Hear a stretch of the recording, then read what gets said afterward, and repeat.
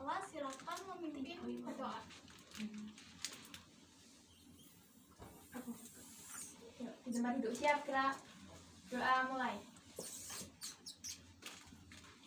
Doa selesai. Sebelum itu, Ibu akan mengecek kehadiran kalian dulu. Novi Hadir. Niken Hadir. Nikita Hadir. Tenda Hadir. Kaifa Hadir. Dina Hadir. Oke, hadir semua ya anak. Ya. Pada pertemuan sebelumnya kita sudah mempelajari apa itu teks eksplanasi, struktur, ciri-ciri serta kaidah kebahasaan teks eksplanasi. Untuk pertemuan hari ini kita akan mempelajari materi mencermati teks eksplanasi dalam pidato.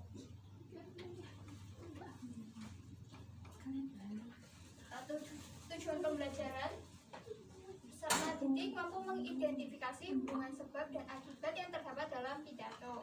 Yang kedua, peserta didik mampu menganalisis penggunaan teks eksplanasi dalam mendukung argumen dan tujuan pidato.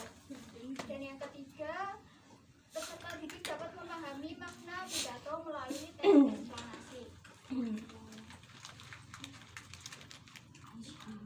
Pengertian teks eksplanasi. Teks eksplanasi adalah teks yang bertujuan untuk menjelaskan mengapa dan bagaimana suatu fenomena atau peristiwa yang meliputi peristiwa alam, sosial, ilmu pengetahuan, dan lain-lainnya yang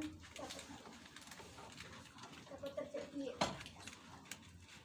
Ciri-ciri teks eksplanasi yaitu adanya hubungan sebab dan akibat, penggunaan bahasa yang lugas, struktur yang teratur, meliputi pernyataan umum, penjelasan, dan interpretasi. Informasi dalam teks eksplanasi bersifat faktual dan disampaikan dalam bentuk urutan penjelasan yang sistematis dari tahap awal hingga akhir. Ibu akan mengulas kembali mengenai struktur teks eksplanasi. Yang pertama yaitu pernyataan umum. Pernyataan umum berisi pembuka yang memperkenalkan fenomena secara singkat, menjawab apa atau bagaimana secara garis besar, bertujuan menarik minat. Yang kedua, deretan penjelasan berisi inti teks eksplanasi, merinci proses fenomenal secara berurutan termasuk hubungan sebab dan akibat di setiap tahap. Dan yang terakhir, interpretasi atau kesimpulan.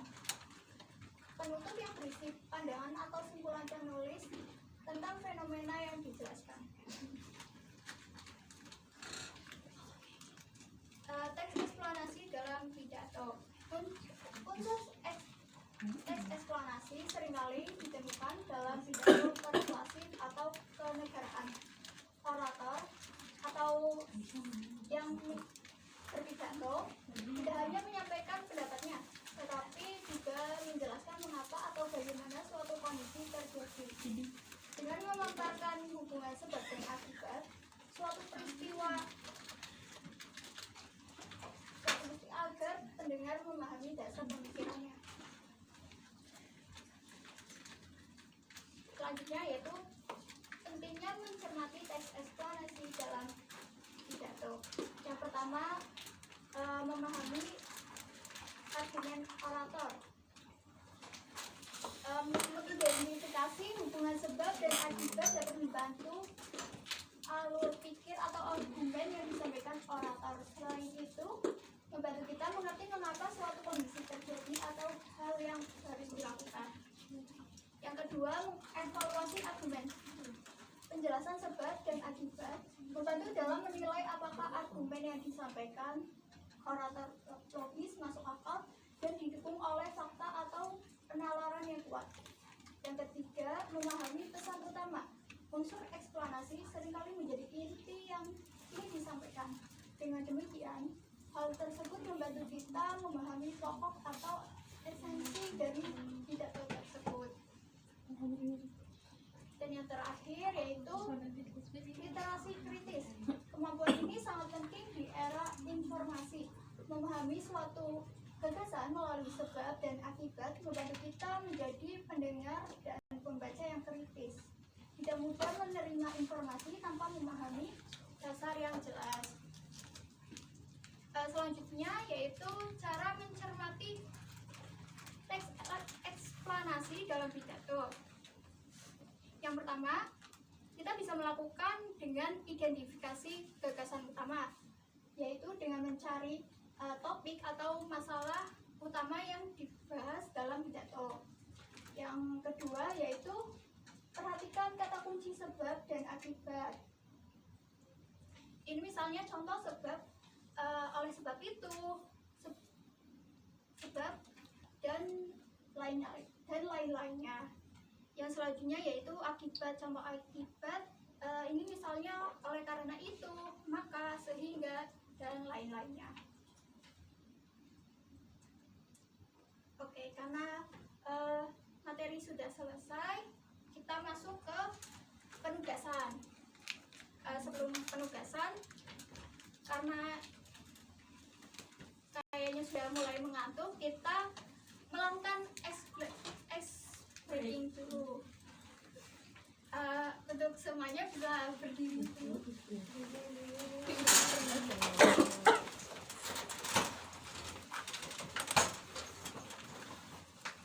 Oke, jadi itu ada PowerPoint. Nanti PowerPoint ini muter, nanti nyampe ke belakang ke depan lagi. Sambil muter ini kita bernyanyi. Nyanyinya mau apa? Statue. Pelangi. Pelangi. Kita mulai dari 1, 2, 3.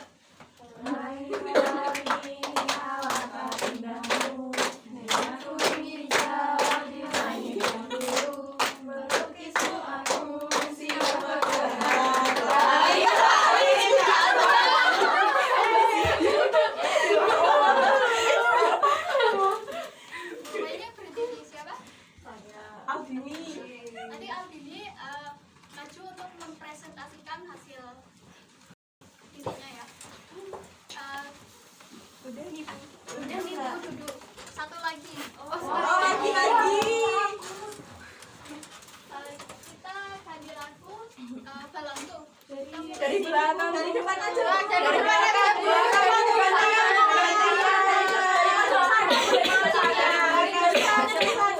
Kita mulai dari belakang.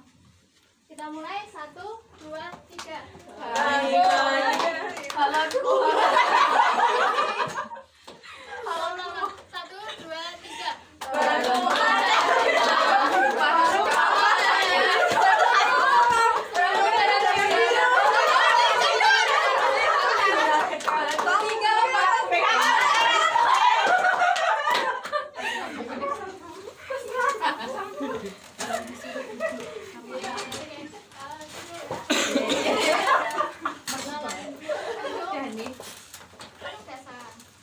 Di sini Ibu membagi dalam kelompok yang berisi 4 siswa. Bisa depan belakang.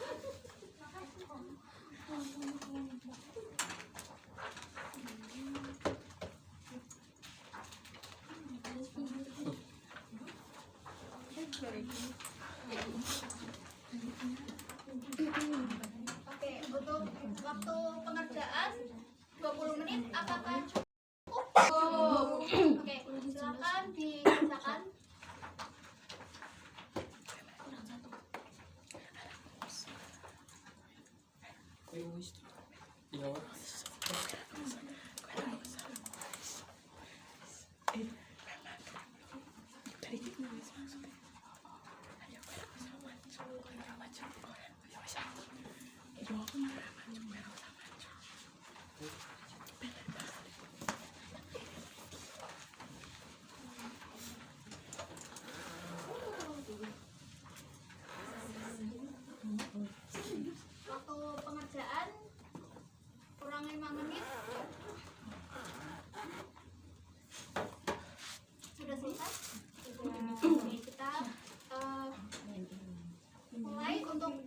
presentasi dari perwakilan kelompok. Mbak Aldini, silakan maju.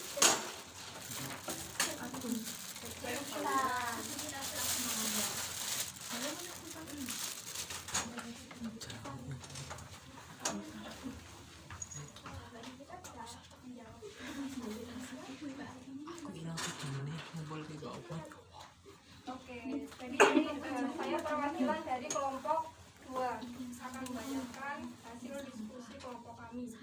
Nomor 1, jelaskan masalah utama yang menjadi fokus dalam pidato Insinyur Soekarno.